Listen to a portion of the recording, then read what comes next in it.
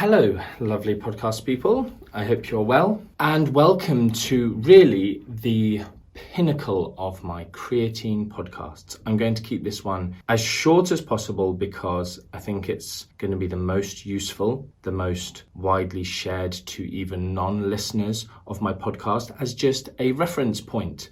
So I'm going to try and, if you're here for the usual humor, tangents, innuendos, etc., you'll have to look elsewhere. So I'm going to record one more podcast after this, which will be your listener questions. That will be very quick fire. But this podcast is, as the title will, I'm sure, suggest, something to do with when, how, what with regarding creatine. So the thing I want to start with super quickly, it doesn't matter whether you take it in powder or pill form. The main thing being creatine is very, very tasteless. Hopefully by now you'll realize you should be taking creatine monohydrate and probably nothing else. That's what should be in your supplement. If you've seen any of my Instagram posts about this, creatine monohydrate, ingredients list, 100% that, nothing else. It's super, super tasteless. I'll even go back even more to basics. I put this on my story once. I literally do a scoop, pop it on my tongue and take a sip of water. Done. That's it. As simple as that. You can obviously mix it into a shake. I'll tell you one of the reasons I don't do that. Sometimes because depending on the type of creatine you get, if you get micronized creatine or, different versions, some will be a little bit more gritty, some will be a little bit more fine. But also, I'm a bit anal in this way. Well, there you go, long-time listeners. I'm a bit anal in this way in that I just don't like the idea of some of the creatine being left on the inside of my shaker. So I'm like, no, that's wasteful. I need to have all the creatine. Realistically, it's irrelevant because it will be milligrams left in and, I probably ever so slightly overshoot the recommended dosages I'm going to give you here because I get no issues whatsoever with taking creatine. And those of you out there who do, you will need to pay careful attention and you maybe even need to buy yourself some scales that do measure accurately so that you are getting the correct dosage for you and you're not taking too much and giving yourself an upset stomach or whatever. Right, so I would recommend taking it in powder form, but of course you can take it in capsules or pills, whatever. It just means you're going to need to take quite a few more. It's more expensive. And I'm a fan of living frugally. Is that the word? Anyway, where life allows. Okay, so where to get it?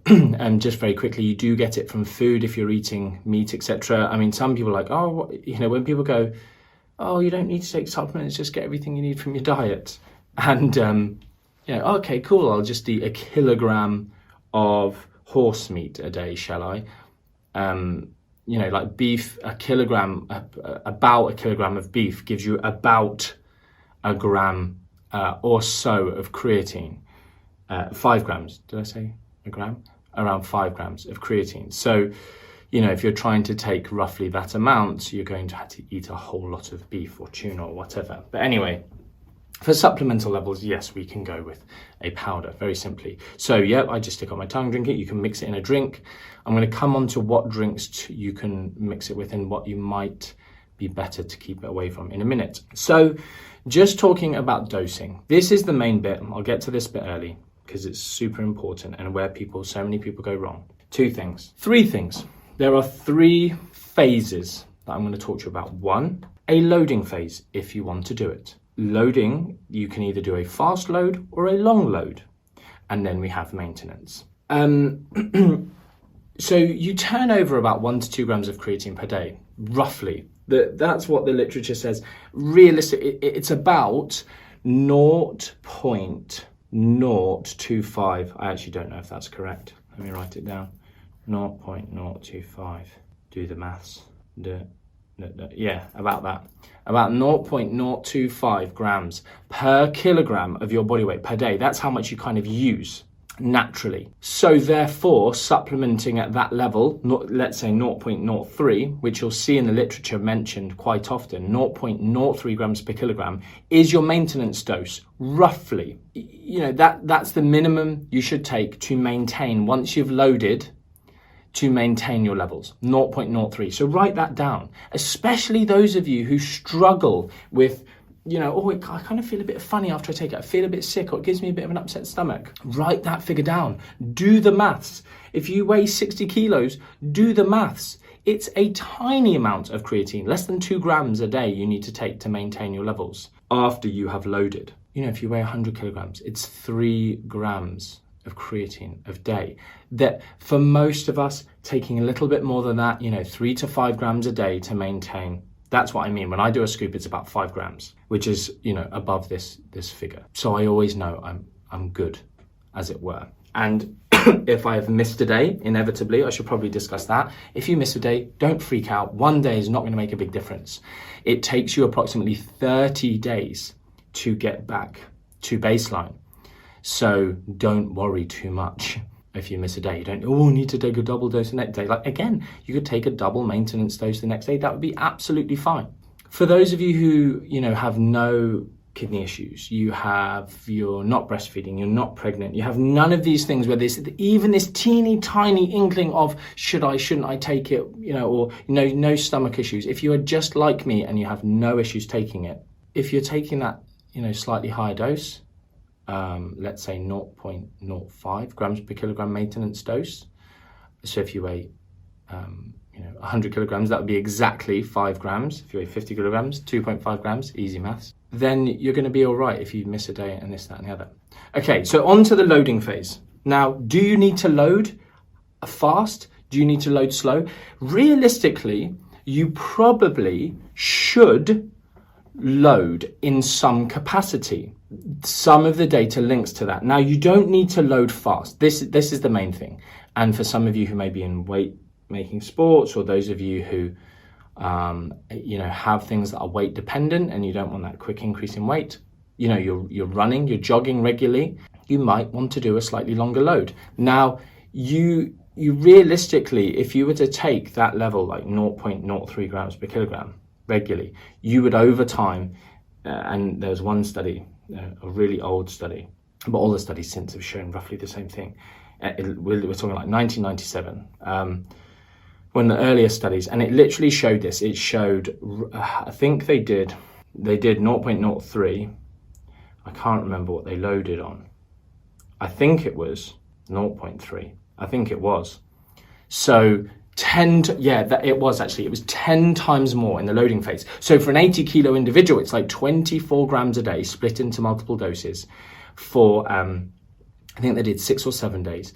And then they did 0.03 for 30 days. And the subjects ended up with the same amount of saturation of creatine in their muscles. And I will say the amount that your muscles saturate to, or the amount it increases, or the amount it saturates to is largely dependent on your type 2 muscle fiber content. So how many of these really strong, powerful muscle fibers, for those of you who aren't aware of what that means, you have these slow twitch, the ones that joggers have, endurance athletes have, they're type 1, you have type 2, these fast twitch ones, the powerful ones, the sprinter ones. And creatine, we have a much greater storage in our type 2 muscle fibers. So if you have more of those, you'll store more.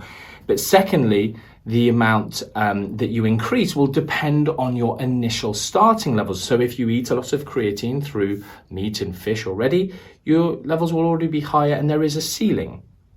So this is why potentially vegans and vegetarians might be getting greater benefits from creatine, although annoyingly in some studies it seems to show that there's similar starting levels in vegans and vegetarians, but they do consistently get greater benefits than meat eaters or omnivores when supplementing with creatine. So it's a strange one, whether or not it's a brain content thing. I can't recall seeing brain data on creatine levels in vegans, vegetarians versus omnivores. But anyway, back to where I was.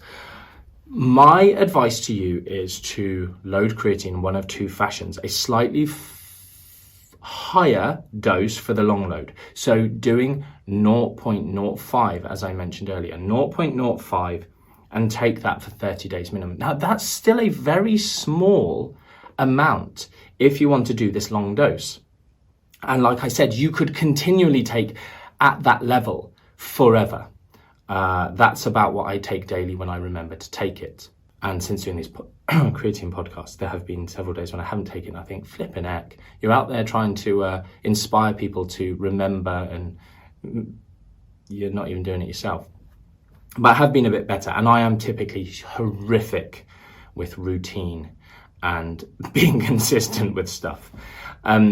So I hope I'm inspiring you to be better than I.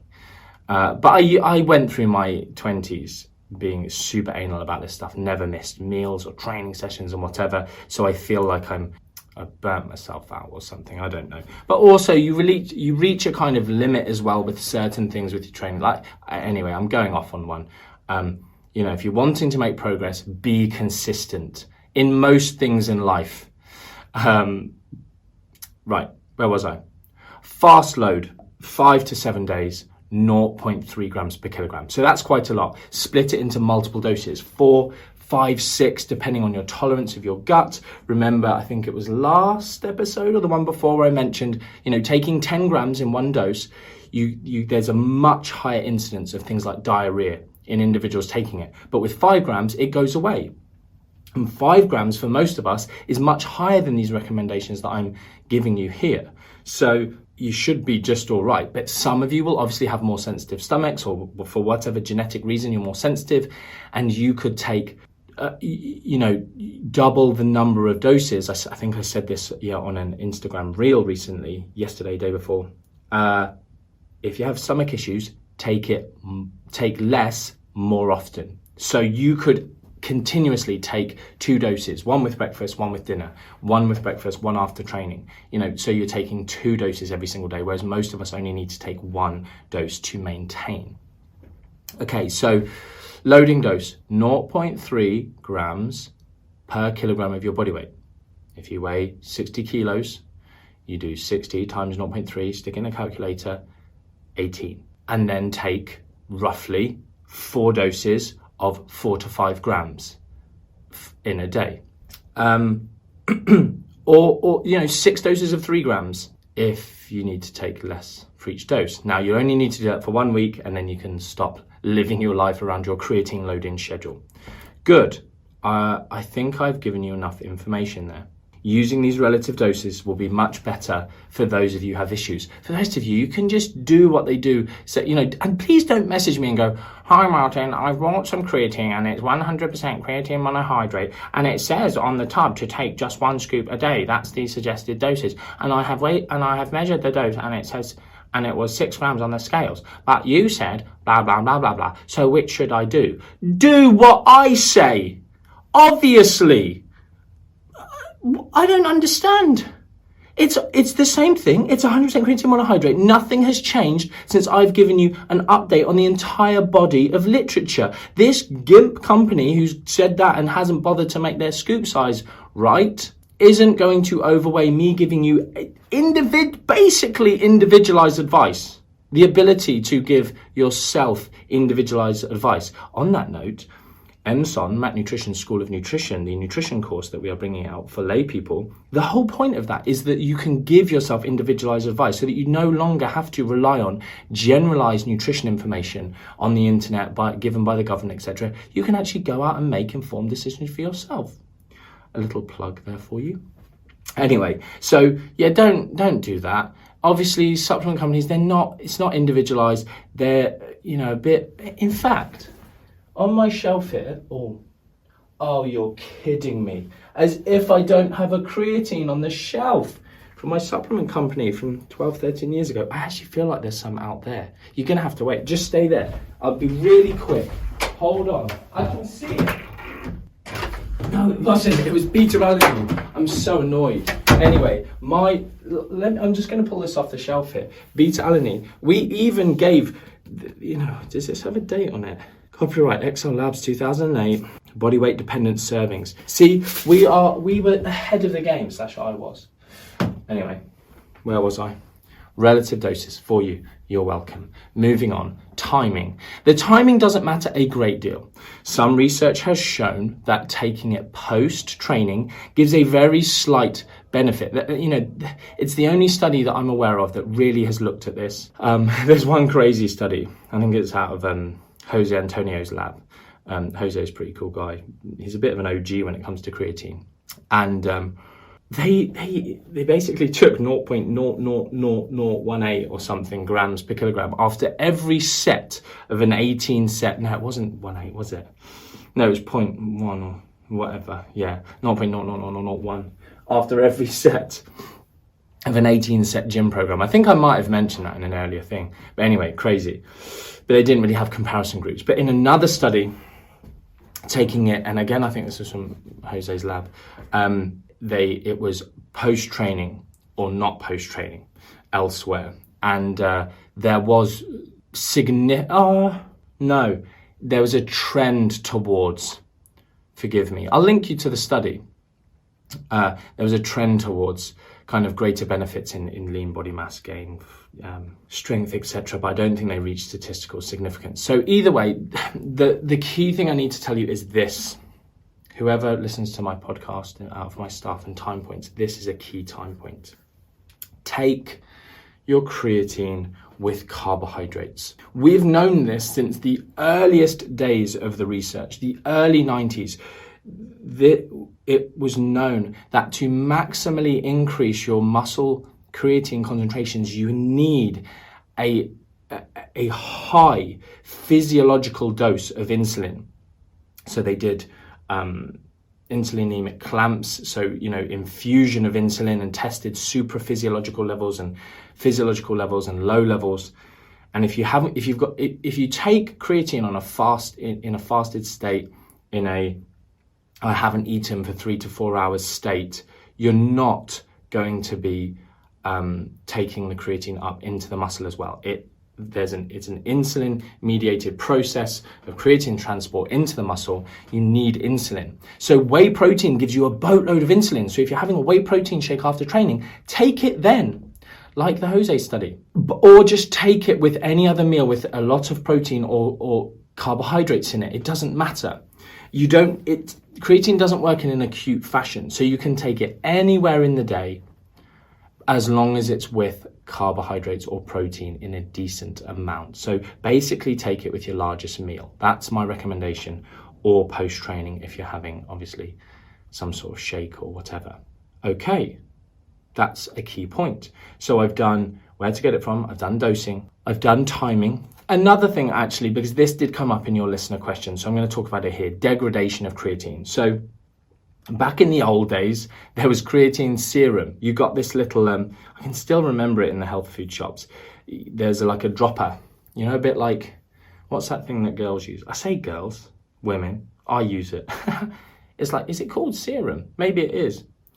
Mine's got like vitamin C and hyaluronic acid and salicylic acid or something. Anyway, vitamin C, whatnot. Giving my complexion tips away. So there was this creatine serum in dropper. Oh, I said no tangents. What's wrong with me? But they tested this supplement off the shelf and there was 0 grams of creatine in it, because creatine does degrade in solution. And when it's on a shelf and in a factory, it's got a lot of time to degrade. But, and in, when I was back in my, bodybuilding days, being very anal about everything, I was like, can't have it in water for more than 5 minutes. Definitely don't make it the night before. It is absolutely fine. It degrades by a few percent over a day, left in even a slightly, I believe, acidic, like pH 5.5 sort of thing, solution in a day. So putting it in water, keeping it in the fridge with your whey protein or while you're at work or whatever, absolutely fine, 0 issue. Even if it was there for a day or two, but degrading by a few percent is really not the end of the world with the amounts we're talking about here. Cool, you're welcome. Right, I've talked about taking it with carbs. Caffeine. Caffeine is the big discussion. And what I'm going to do is I'm going to link you to a paper by one of my homies, I don't know if he knows, he's my homie, Eric Trexler, and Abby Smith-Ryan, who have done a bit of review on creatine and caffeine. I'm going to link you to that paper because it is a complicated area, and I agree really with their summary. And I might say, it might sound different the way I say it, they were very balanced. In my opinion, there's been so many studies that have mixed creatine and caffeine, and they do say this, that have shown these hugely beneficial effects, ergogenic, significantly measurable ergogenic effects in randomized controlled trials. Now, but it's always worth erring on the side of caution where it doesn't cause you an issue. And so what I'm going to say is, do not put your creatine in your coffee. That's the other thing, heat. It speeds up degradation. But again, if you're just consuming it straight away, but just a heads up, like don't put it in your coffee and then let your coffee go cold and then microwave your coffee and whatnot. Anyway, don't be drinking with your coffee. Now, it doesn't seem that even when you load, when you're loading creatine and you have loads and loads of caffeine, like 5 milligrams per kilogram body weight caffeine, which is a lot, it's a decent amount of caffeine. I mean, in this day and age, probably not that much, but to put it in perspective, it's like me drinking 3 cans of Monster a day, which I don't do. Actually, at the minute, I'm down to about 1.5, simply through lack of supply. So my supply levels are low. But yeah, so, and even then, when I hit 3 a day, I'm like, you need to chill, Martin. But even then, like, that's 3 cans of Monster. That's like, what, a couple of Costas, large Costa coffees. It's, what would it be?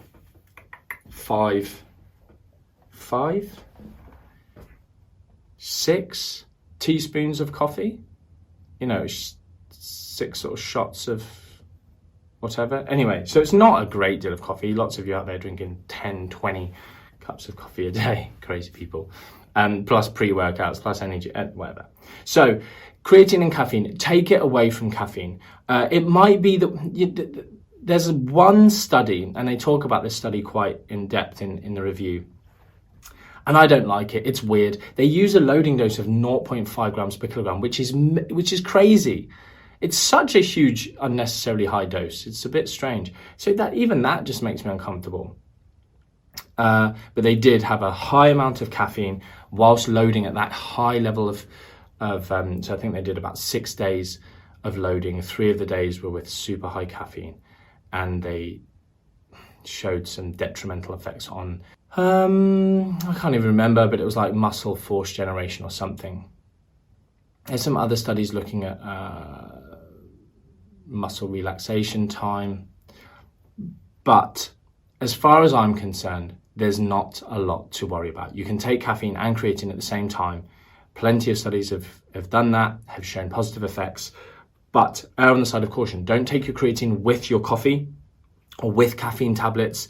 This is why, if you're taking caffeine to benefit your training, you take some caffeine an hour or 2 or whatever before a training session, then you do your training session, then you're having your shake afterwards. You're a good few hours away from consuming caffeine and you're having a lot of insulin and happy days.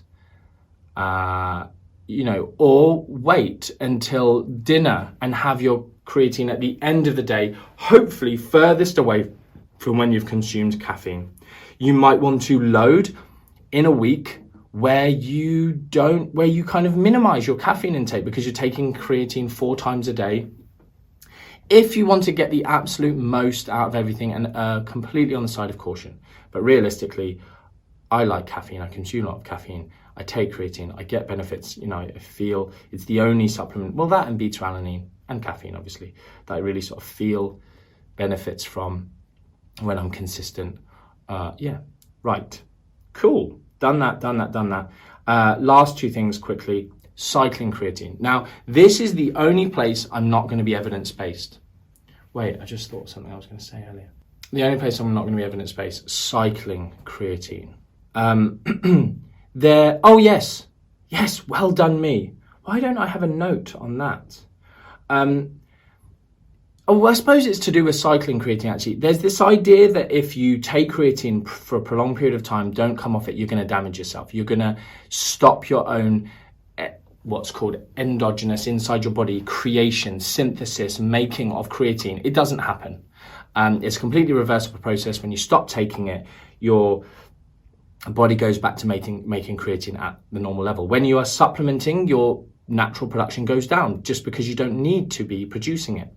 But it's not a gland. It's not like when you take hormones and you can screw stuff up. That's different. This is not dependent on a gland.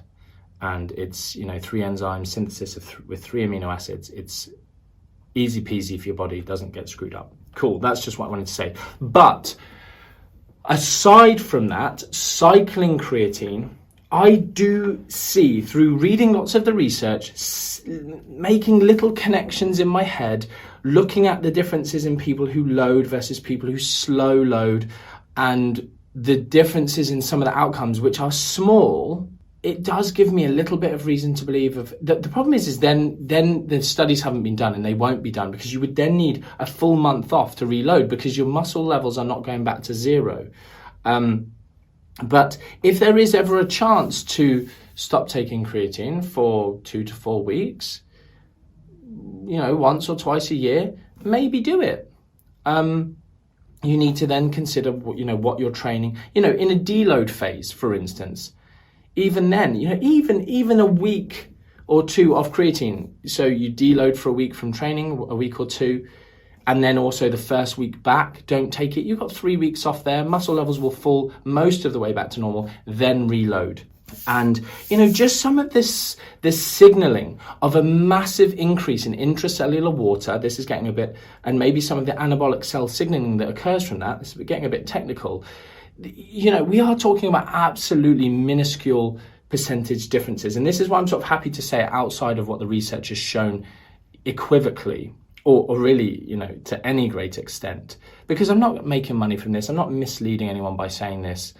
I'm being honest about this, not going, I'm super clever, I know something that everyone else doesn't. I'm just giving you an insight into something I think of someone who's, relatively well read in the area and has, looked at this for many, many, many, many, many years, seen people use it, had people taking it, used it myself, read all the research. So that's all I'm saying. So cycling, you don't need to. Do you need to load? Yes, do load in one of those 2 fashions I've told you. Yeah, simple as that. You can also do a moderate load. I'm just going to say this, like if you wanted to do, rather than doing 0.3 grams per kilogram, which is, like I said, 24 grams, you could do 12 grams for kind of 10 to 14 days. And you would, again, still saturate the muscle, and it would just be like this moderate load. If you just get annoyed with taking it 4 times a day, which I do. That's kind of how I would do. I would do 10 to 12 grams a day for a longer period, just through logistics. Pragmatically, it suits me better. Last but not least, responders versus non-responders. I kind of mentioned it earlier. Essentially, even if you believe yourself to be a non-responder, you don't know. That's what I'm saying. Even if you don't feel it, lots of you don't have enough consistency in your life with your diet, with your training times, with your caffeine intake, with other stuff that you're beta-alanine, etc., taking around training, pre-workouts, enough handle on your training sessions and your technique whilst lifting being standardized, that you just won't necessarily feel the difference. But and this is why when people go, oh man, when I take creatine, it's, like everything's different. I'm like, I get the rage, I get creatine rage. But it's like, no, you don't, Kevin, Callum, you don't. Just calm down. Sit down before you hurt yourself. That's not a thing. Just take your creatine, be quiet. So, it's not having these crazy anabolic steroids-like effects. It's subtle.